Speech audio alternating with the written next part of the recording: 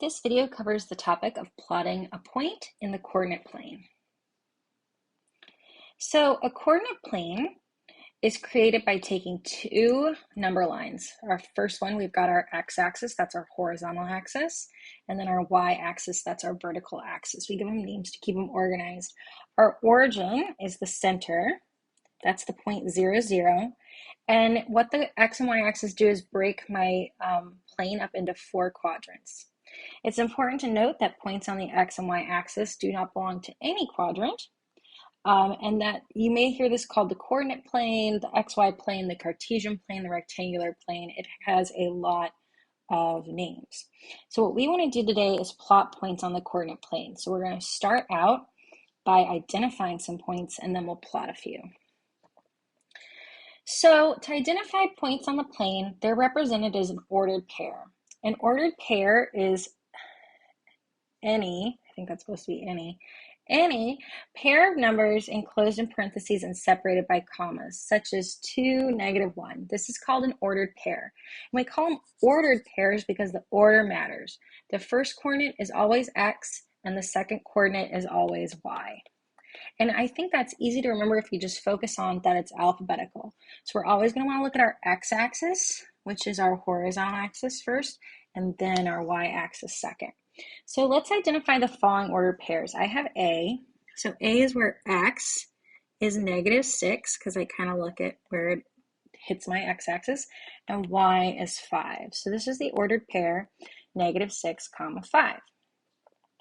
For B, that's where x is 1 and y is 3, so that's the point 1, 3. For C, this is where x is 6, but my y value is 0.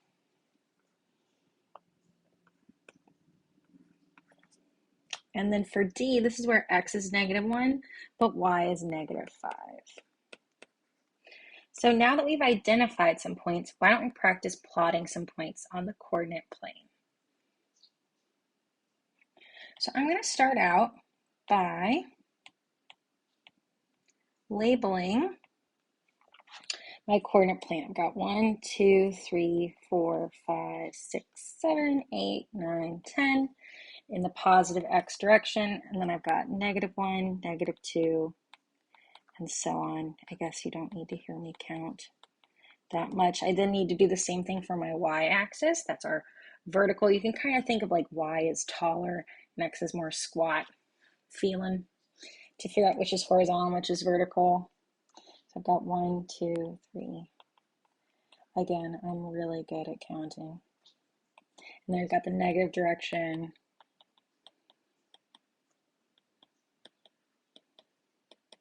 Okay, so let's identify the following points. I'm going to go ahead and switch colors to red for this first one. I have where x is -2 and y is -1. So I look at where x is -2 and y is -1, and I want to connect those two lines. The only point they'd connect is right there. So that's where x is -2, y is -1.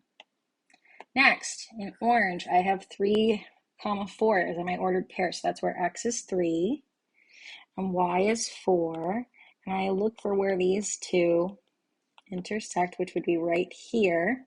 Right, this is the point when x is 3, y is 4. Sometimes we like to label our points. Next, gosh, I don't have enough colors, do I? Next, I have -6, 5. So this is where x is -6 and y is 5. So I could go to this point right here. That's where my x was -6 and my y was 5.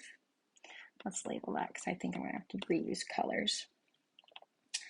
Next, I have the point 5, 0. So that's when x is 5, but y is 0. So that's going to be this point right here on my x-axis. We'll learn more about those special points later. And then last, in blue again, I'm going to go to where x is 0, which is right here, and y is -4, which would be this point when x is 0, y is -4.